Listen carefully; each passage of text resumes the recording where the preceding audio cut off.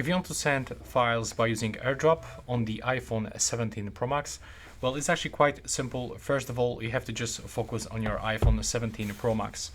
So to open the AirDrop settings, you have to just open the normal settings, go to the general, then go to the AirDrop, and make sure that you are gonna turn it on here, but also that you are gonna, wait a minute, let's go back, turn on that option to bringing devices together.